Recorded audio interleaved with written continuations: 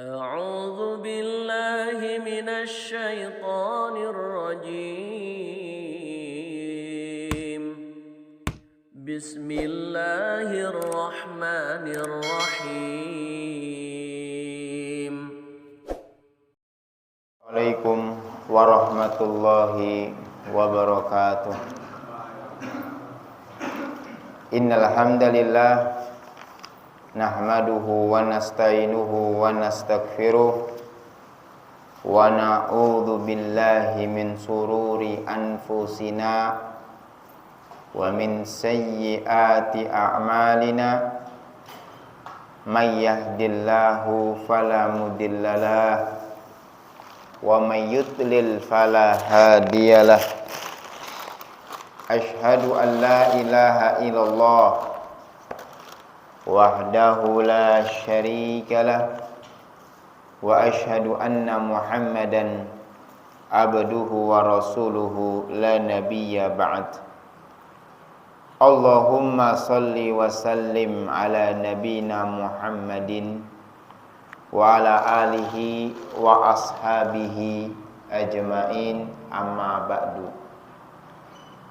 Pembahasan kita masih dalam permasalahan ad-du'a'u ila syahadati la ilaha illallah, menyeru, mengajak hanya kepada kalimatut tauhid, hanya mengajak kepada la ilaha illallah, karena ini adalah tujuan diciptakannya kita.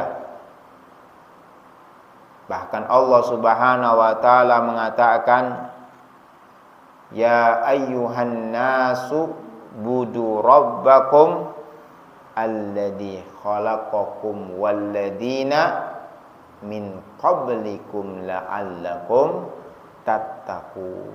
Surat Al-Baqarah ayat 21. Wahai manusia, kita ini diseru, wahai manusia, beribadalah kepada Allah Rabb kalian yang telah memberikan kepada kalian berbagai macam nikmat. Alladzi khalaqakum, yang telah menciptakan kalian. Begitu juga orang-orang sebelum kalian.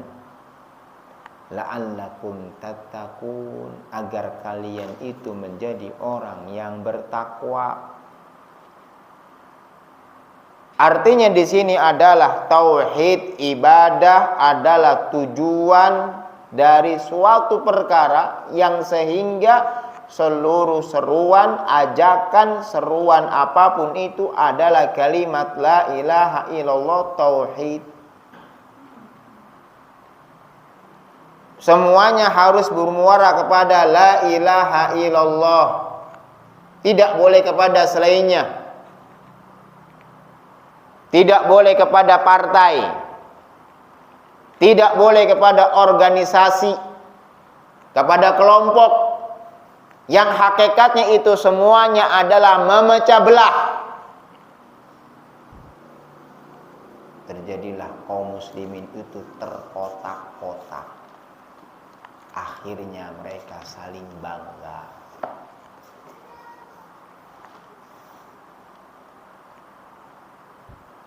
Makanya kepada tauhid la ilaha illallah, pemurnian ibadah. Pemurnian ibadah. Ikhlas.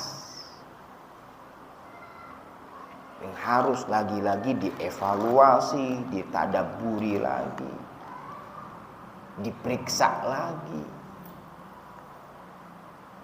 Karena ini yang mudah. Orang itu terbisikkan. Apapun yang dijanjikan adalah tetap tauhid, tidak bisa dipalingkan. Makanya hadis yang sudah dijelaskan, Hadis yang udah kita sampaikan. Hadisnya Ibnu Abbas ketika Nabi Shallallahu Alaihi Wasallam mengirimkan Mu'ad ke Yaman. Bagaimana Nabi Shallallahu Alaihi Wasallam memerintahkan kepada Mu'ad, pertama kali yang diajarkan adalah la ilaha illallah. Diajarkannya adalah kalimat tauhid. Bukan berlebih-lebihan, bukan sikap gulu terhadap kiai, kepada habaib atau apapun itu, tetapi yang paling pertama adalah kalimat tauhid.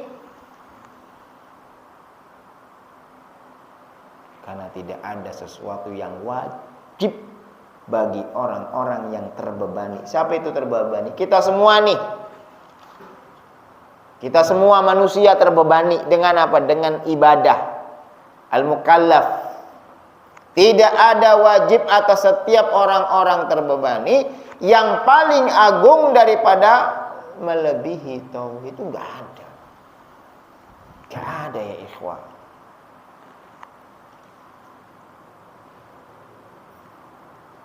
Paham gak nih kira-kira nih?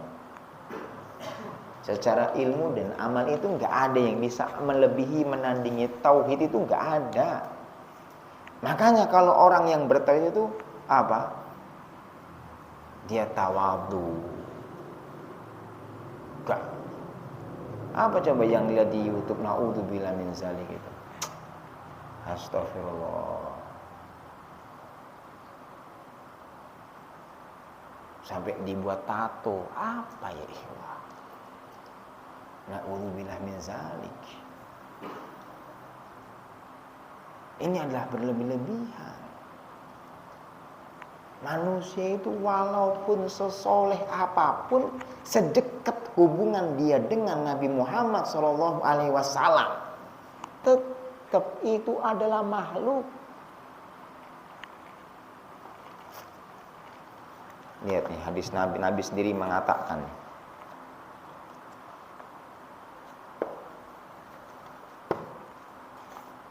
Nabi sendiri saja,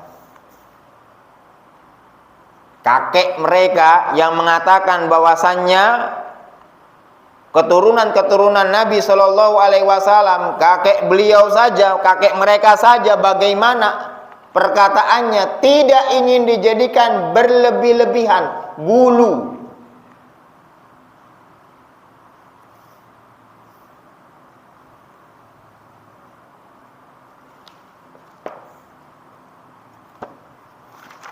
Katakan ini.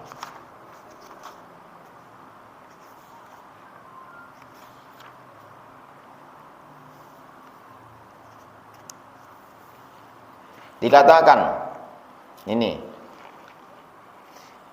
Nabi Shallallahu Alaihi Wasallam bersabda, la taj'alu buyut, bukan ini, la taj'alu buyutakum kuburan, wa la taj'alu qabri idan, wa sallu alayya fa inna salatakum tablughuni haitsu kuntum. Jangan jadikan rumah kalian itu seperti kubur. Jangan jadikan kubur saya itu seperti hari Id. Tahu hari Id? Dikumpul, berdoa, meminta, mengharap. Sampai mereka apa? Bertamasya, berihlah, pindah satu tempat ke tempat yang lainnya untuk mengunjungi, untuk tabaruk, untuk isti'anah, istighosah. Ini Nabi Muhammad SAW. Jangan jadikan kuburku sebagai tempat Id. Jangan jadikan kuburku sebagai tempat Id. Sholawatlah kepadaku, sesungguhnya sholawat kalian sampai kepadaku dimanapun kalian itu berada.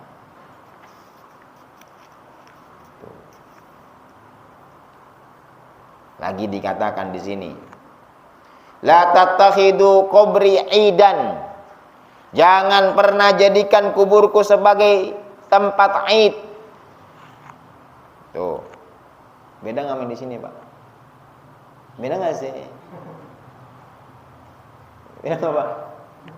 Hah?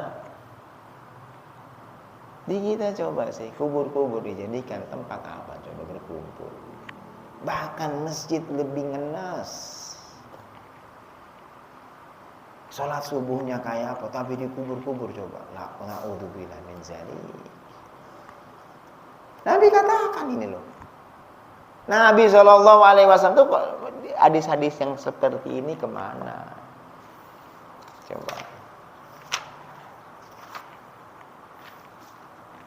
Mana lagi nih hadis-hadisnya?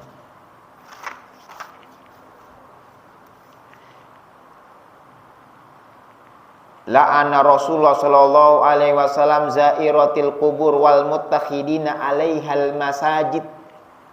Nabi sallallahu alaihi wasallam melaknat apa? Para wanita-wanita yang apa? Yang perbanyak apa? Zairatul qubur, menziarahi kubur. Dan apa? Yang menjadikan kubur-kubur itu sebagai tempat masjid. Dia iktikaf, dia sholat, dia minta baca Quran. Bahkan pernah salah seorang dai dari Riyadh datang ke daerah Yaman, tanyakan sama apa pemuda Indonesia, mana yang lebih baik doa di masjid apa di kubur? Apa katanya? Sampai kaget ya ikhwah, apa yang lebih baik adalah apa namanya, baik mana antara baca Quran di masjid atau baca Quran di kubur? Apa katanya? Yang lebih baik adalah baca Quran di kubur. Kenapa? Karena di situ bisa tabarruk, mencari berkah. Coba ya ikhwah. Itu video udah lama. Dikatakan lagi di sini dalam hadisnya, riwayatnya Imam Malik, Allahumma la taj'al qabri watanan yu'bad. Ya Allah, jangan jadikan kuburanku ini sebagai patung berhala yang disembah. Ini kemana? Hadis-hadis ini kemana? Istadda ghadabullahu ala qaumin takhudu kubur anbiya'ihim masajid. Ini kan udah bisa. Aman. Karena nanti ini datengin sih. Anda udah minta mati, nanti nyari antar. Tapi kalau misalnya udah ini sih, oh masya Allah kayak di Al-Furqan mah lancar aja sih. Kenapa? Ya udah mewarnai. Mau di apapun, udah mewarnai. Kita lah semoga kita bisa mewarnai lah. Amin ya Allah. Apa sih? Allah sangat murka kepada kaum yang menjadikan kuburan para nabi sebagai tempat masjid. Jelas hadisnya. Dikemanakan kan hadis-hadis seperti ini? Dimanakan? Dimanakah hadis-hadis yang seperti ini sahih? Yang akhirnya banyak dari kalangan kaum muslimin, khususnya di negeri kita, yang tidak mengerti tentang hal seperti ini. Yang padahal ini adalah masalah aqidah usuliyah yang tidak boleh sedikit pun orang itu melenceng sedikit pun. Jangankan masalah ittihadul kubur, perkara ujub saja, perkara sum'ah saja itu tidak dibolehkan. Apalagi ini perkara adalah ittihadul kubur, menjadikan kubur sebagai tempat peribadatan. Yang ternyata dari kaum muslimin banyak yang tersembunyi hadis-hadis seperti ini. Yang dipertanyakan adalah para duat-duatnya, para asatidnya, para alim ulamanya. Perkara tauhid, perkara akidah. Dikemanakan ya ikhwah? Itulah yang terjadi, yang seharusnya menjadi evaluasi kita. Mana keberkahan-keberkahan yang muncul? Dikarenakan ya ikhwah tauhid akidah, yang itu adalah tolak ukur seluruh perkara. Masa Ustadz tolak ukur suatu perkara itu adalah tauhid? sudah pernah sampaikan bagaimana perkataannya Syekhul Islam Ibnu Taimiyah. Qala Syekhul Islam Ibnu Taimiyah rahimallahu taala, wa man tadabbara ahwalal alam wujida kullu salahin fil ardi fasababuhu tauhidullah wa ibadatuhu wa ta'atu rasulih wa kullu syarrin fil alam. Barang siapa yang merenungi akan keadaan-keadaan alam semesta, akan didapatkan seluruh baiknya di atas bumi disebabkan oleh tauhidnya kepada Allah, ibadahnya kepada Allah, dan taatnya kepada Rasulnya Muhammad sallallahu alaihi wasallam. Wa kullu syarrin fil alam wa fitnatu wa bala'in wa qahtin wa taslitu aduwin wa ghairu dzalik fasababuhu mukhalafatur rasul wa da'watu ila ghairillah. Seluruh keburukan itu munculnya adalah dakwah kepada selain Allah. Jelas. Jelas. Ayatnya apa? Surat Al-An'am ayat 82. Alladzina amanu wa lam yalbisu imanahum bidzulmin ulaika lahumul amnu wa hum muhtadun. Orang-orang yang beriman dan tidak mencampur adukan keimanan dengan kesyirikan, mereka akan mendapatkan keamanan yang mutlak, akan mendapatkan petunjuk yang mutlak. Sehingga kebalikannya, orang yang mencampur adukan keimanan dan kesyirikan tidak akan mendapatkan keamanan sedikit pun. Dan itu terjadi. Itu terjadi. Coba lihat dulu pahlawan-pahlawan kita sampai menetapkan undang-undang dasar dengan rahmat Allah, menunjukkan tauhidnya itu. Dengan rahmat Allah pembukaan undang-undang dasar. Tapi lihat sekarang coba kesyirikan, naudzubillah min zalik, merajalela. Jelas ini ikhwah. Ada pertanyaan dulu sebelum kita lanjutkan. Bagaimana kalau kita ziarah ke orang tua kita? Kita mendoakan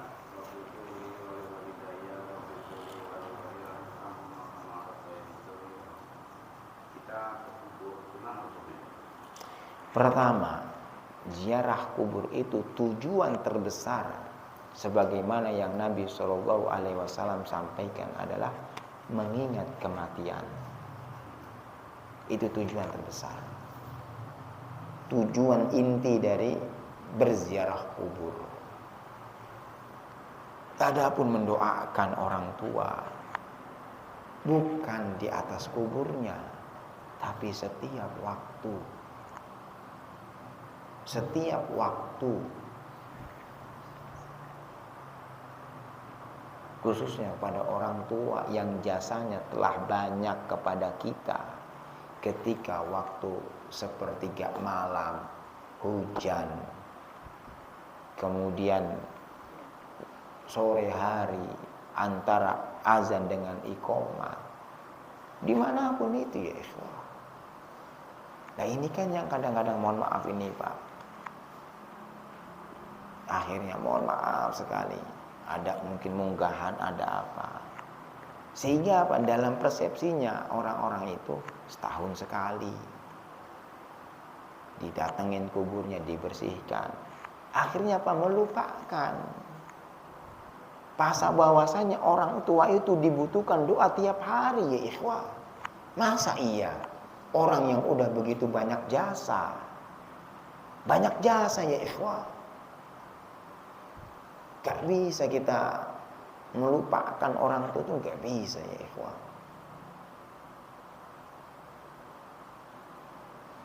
Orang tua itu Masya Allah ya ikhwah, pengorbanan kepada kita itu besar.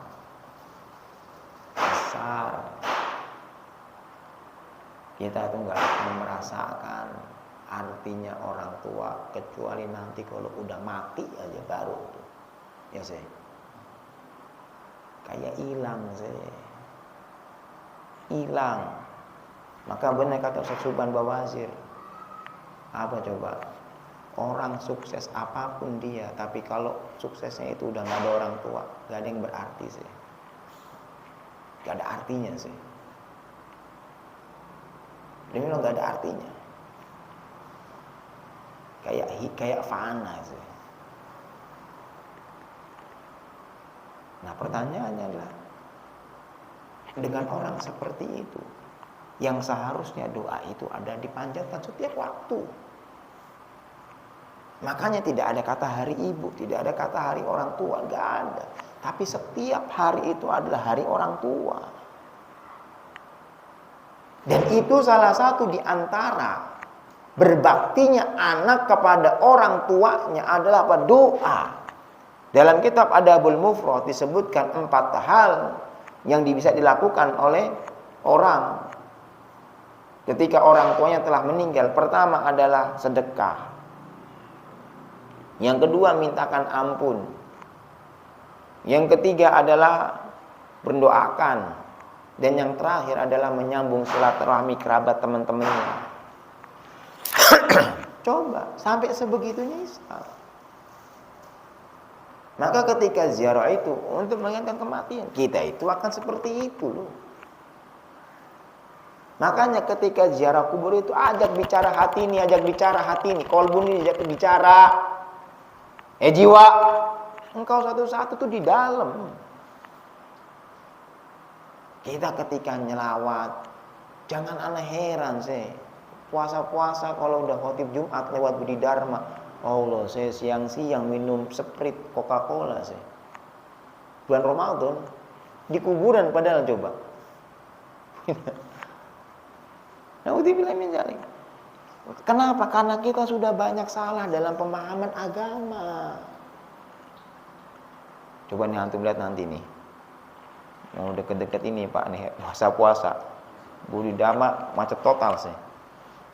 Dulu anak lagi pas masih PKL di Isuzu tahun 2004 2005 belum ada tol itu. Wah, udah kalau mau deket puasa macet sih, udah nggak bisa gerak itu. Apa? Salah kaprah. Pertama salah kaprah dalam ziarah, salah kaprah dalam apa? Berbakti sama orang tua. Ziarah kubur itu apa? Untuk melembutkan hati kita ya ikhwah. Maksudnya kita itu akan dikubur seperti itu yang di dalam saat ini. Suatu saat kita tuh seperti itu ya ikhwan. Yang tadinya kita nih dalam sebuah terangnya lampu, ada istri, ada anak, samping kita mau kopi, mie, kopi,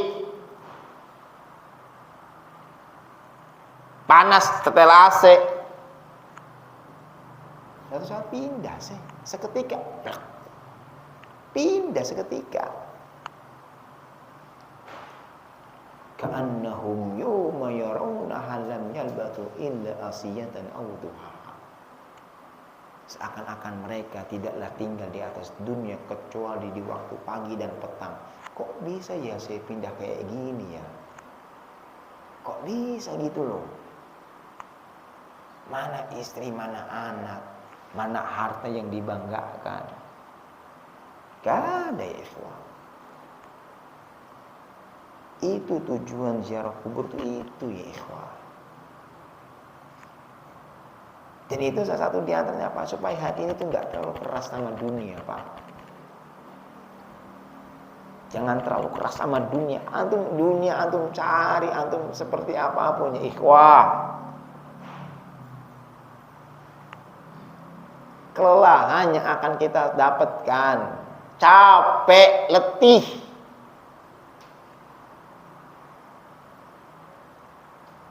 Makanya ziarah kubur, kunjungi, lihat. Makanya apa doa masuknya coba? Assalamualaikum ya ahlal kubur minal muslim wal musnad wa inna bikum lahikun insyaallah. Keselamatan atas kalian wahai saudaraku dari kalangan laki-laki dan wanita. Insyaallah kami akan seperti kalian. Ayo. Kami akan seperti kalian insyaallah nanti.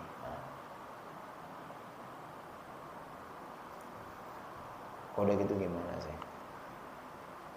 Ya nggak Pak? Jemaah nih di Babu Takwa bahas tentang kematian. Sepekan setelahnya sih, apa sebulan itu? Pak siapa itu? Pak Suprakto apa siapa itu? Pokoknya berapa pekan berapa itu meninggal. Nggak ada yang tahu. Makanya hati ini lembutkan dengan ziarah kubur seperti itu. Jelas ya? Jelas Pak. Ada pertanyaan lagi? Ada pertanyaan Pak? Kemarin kata diskusakan itu ada Sa'ban itu adalah apa? Dinaikannya amal-amal ke langit. Makanya Nabi SAW memperbanyak puasa. Di antara puasa yang sunnah paling banyak itu pada Sya'ban ini. Seperti itu. Tetapi mengkhususkan Sya'ban dengan nisfu Sya'ban dengan amal tertentu. Jangankan anak yang bantah. Nih anak punya nih videonya Habib Rizik bantah. Nih punya bantah. Ayo, nanti anak mau kasih videonya nih.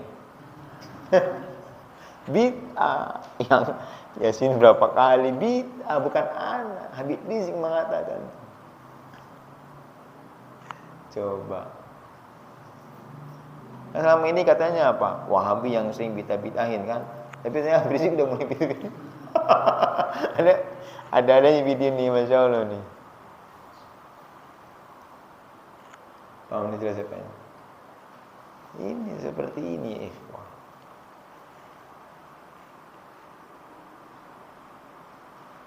Banyak sekali kita apa aman-amannya wallahu a'lam itu dari mana, Pak. Seperti ini Sya'ban. Yang intinya amal-amal memang diangkat ke langit. Banyak sekali. Makanya Nabi SAW itu memperbanyak puasa. Tuh. Karena salah satu di antara juga apa persiapan Ramadan ya ikhwah. Ini juga ya ikhwah.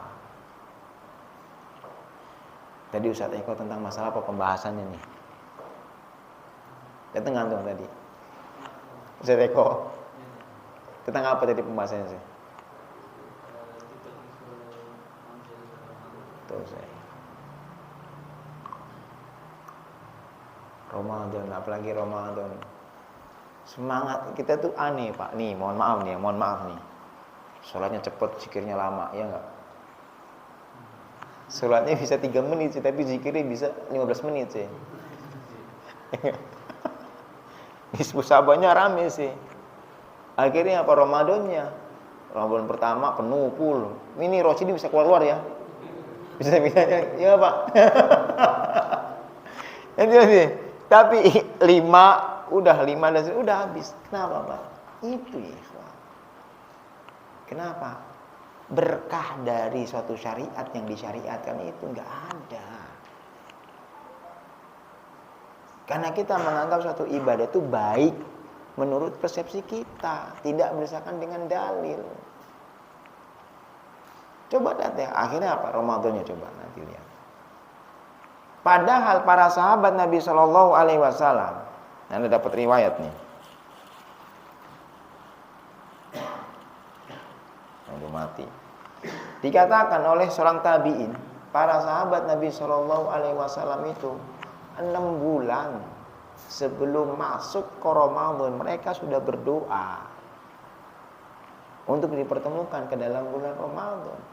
Pertanyaannya adalah, kenapa para orang-orang soleh seperti mereka itu? Kenapa mereka orang-orang soleh seperti itu sampai begitunya berharapnya? Kenapa? Karena mereka mengerti betul hakikat Ramadan. Karena keimanan sudah merasuk dalam hati mereka. Itulah yang mereka rasakan. Nah kita banyak yang hilang, banyak yang luput dari kita. Di mana keimanan kita? Terus bagaimana Ustaz untuk mendapatkan keimanan keyakinan itu? Dengan syariat-syariat yang bisa kita laksanakan. Sholat berjamaahnya tepat waktu, jangan sering masbuk. zikir pagi petangnya, berbaik kepada tetangga, kepada orang, majelis taklim dan lain-lainnya. Itu tujuannya untuk menguatkan keimanan. Sehingga ketika orang itu sudah kuat keimanannya, ketika dihadapkan seperti keutamaan Ramadan, itu dihidupkan hatinya. Paham nggak nih kira-kira? Nah kalau di kita kan enggak, euforia. Contoh, berapa waktu lalu kumpul di suatu tempat sampai berjuta-juta untuk penistaan terhadap Al-Quran, ya kan? Ya enggak? Efek hari ini apa, ayo? Efek hari ini apa, Taufik? Antum satu PP nih. Quran dibakar. Hah? Quran dibakar Efek di mana? di Swedia. Oh, tapi efek positifnya teman-teman apa? Oh, banyak yang belajar tentang Belum banyak nih. iya, orang-orang banyak yang belajar tentang Islam. Walau juga itu, Pak. Tapi hanya euforia. Kenapa? Jangankan itu, Pak. Antum kalau di Riyadh, kalau antum tidak, kita nggak usah ngomong itu, Pak. Di Riyadh itu, Pak, itu masya Allah, orang Filipina, orang Nepal, orang manapun, itu dikatakan itu hampir saya itu berapa orang itu masuk Islam, Pak. Sampai kemarin kejadian itu akhirnya apa? Ada wanita, karena ada aplikasi apa gitu loh, wanita nggak pakai jilbab ingin tahu kota Madinah seperti apa. Masuk ke Madinah, ada videonya, ada dikirim, akhirnya ditegur oleh polisi syariah. Artinya apa? Bukan dengan banyak itu. Kalau kita dengan menerapkan sesuai dengan standar Islam yang dipahami oleh para sahabat Nabi SAW, dengan bentuk yang kecil saja itu sudah bisa memberikan hidayah. Paham nggak? Contoh nih, jauh kuburannya Raja Abdullah. Kayak apa coba kuburannya? Pak, kuburannya ya Allah, nggak ada nisannya, nggak ada apa-apa, nggak dikerami, nggak ada apa. Akhirnya apa? Banyak orang yang akhirnya mendapatkan hidayah, belajar Islam apa. Tetapi coba yang euforia juga yang terjadi, mana efek positifnya, maslahatnya? Lanjutnya yang besar. Kenapa? Karena berapa banyak di negeri kita yang amanahnya tidak sesuai dengan tuntunan salafun salih. Banyak hal. Ya seperti itu nisfu Sya'ban. Coba sampai mohon maaf, misalkan mik sampai malam-malam. Nanti pas puasa juga nih, jangan Ar-Rasyidin pas puasa mentang-mentang bangunin sahur. Antum Pak Wahyono sama siapa? Pasri, Patrian kita Patri doang.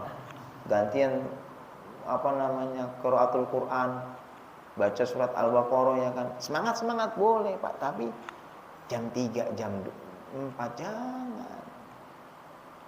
Ini kan tata cara ibadah kita, Pak. Keliling-keliling, kedukin ini bangun sahur. Saya 5 tahun di Mekah nggak ada itu sih. Nggak ada.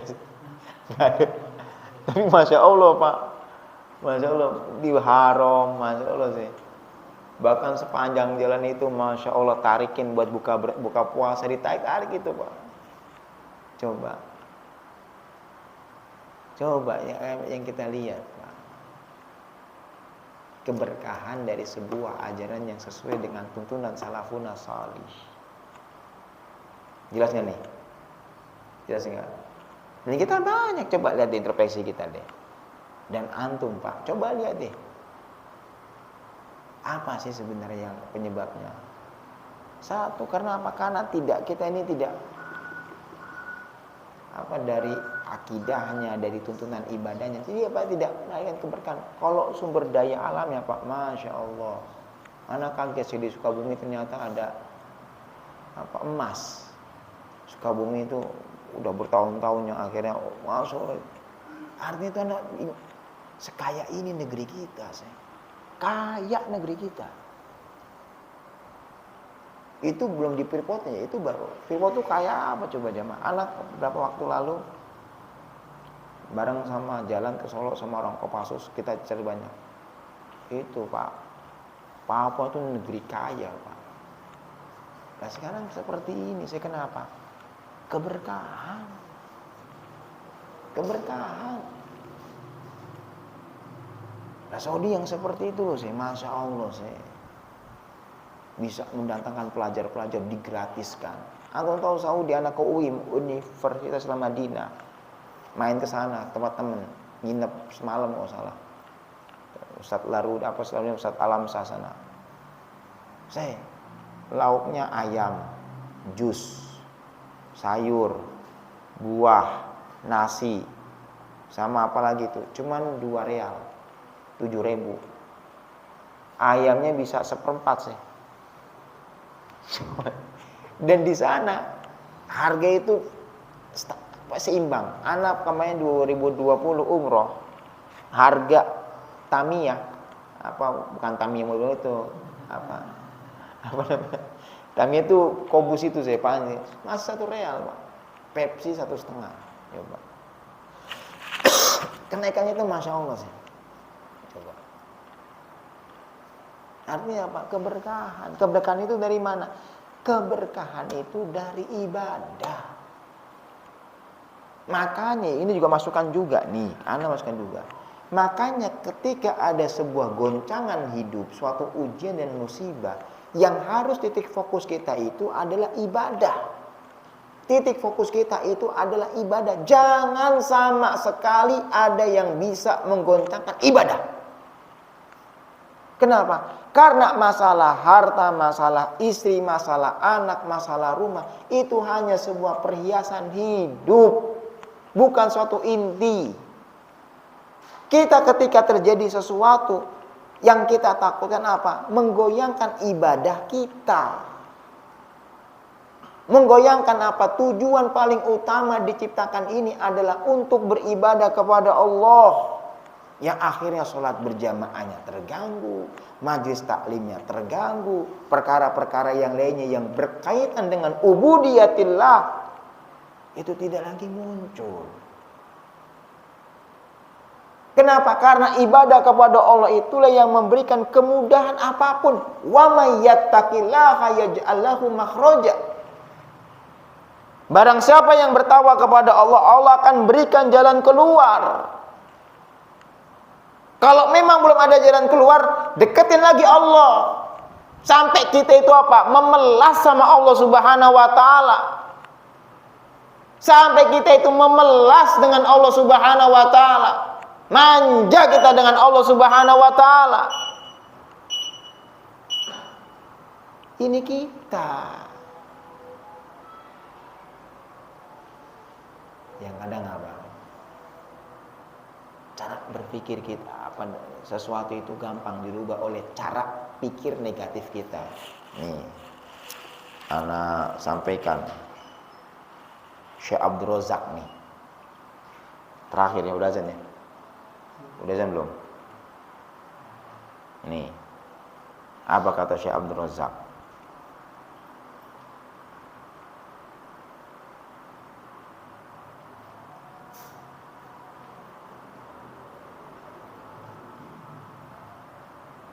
Anda baru dapat di grup, Masya Allah.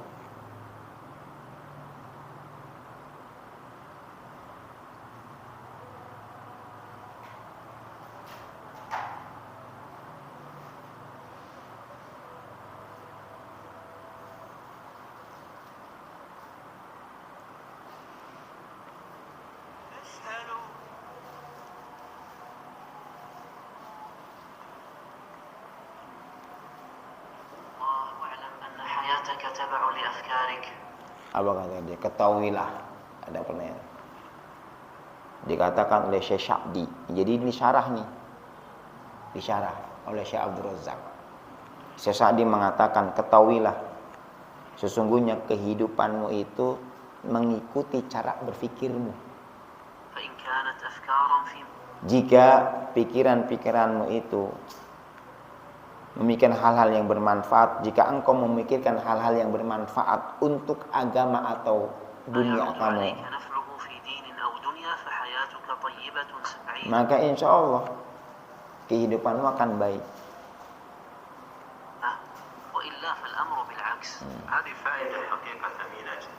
Apa kata Syekh Abdul Razak? Ini adalah suatu faedah yang sangat berharga. Ternyata apa? Mindset. Paham gak nih sih? Mindset ini yang akan membangun adalah dengan apa? Komitmen, keyakinan yang kuat sama Allah. Antum gak punya keyakinan kuat kepada Allah, mungkinkah akan membangun mindset positif? Bisa gak Pak? Bisa gak sih? Gak bakal mungkin. Makanya kenapa kita disuruh memperbaiki ibadah. Akhirnya menjalinlah hubungan. Ketika kita sudah menjalin hubungan, apa yang akan terjadi? Muncullah mindset positif dalam diri.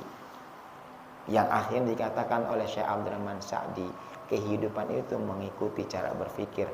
Nabi pun mengatakan, inna dhunni abdi bi. Aku ini berada di persangkaan hamba-Ku. Makanya sampai sekelas Nabi Ibrahim alaihissalam. Saya berapa kali coba pisau tuh. Nanti Juleha masih apa? Masih sapi. Saya ini Nabi Ibrahim udah anak sih. Ya enggak, Pak? Nah, Ismail tuh dari pangkuannya, Pak. Ya enggak? Ya enggak nih? Antum kira membangun pikiran yang positif seperti itu gampang? Ya akhirnya apa? Allah ganti dengan sebuah domba. Ya tidak?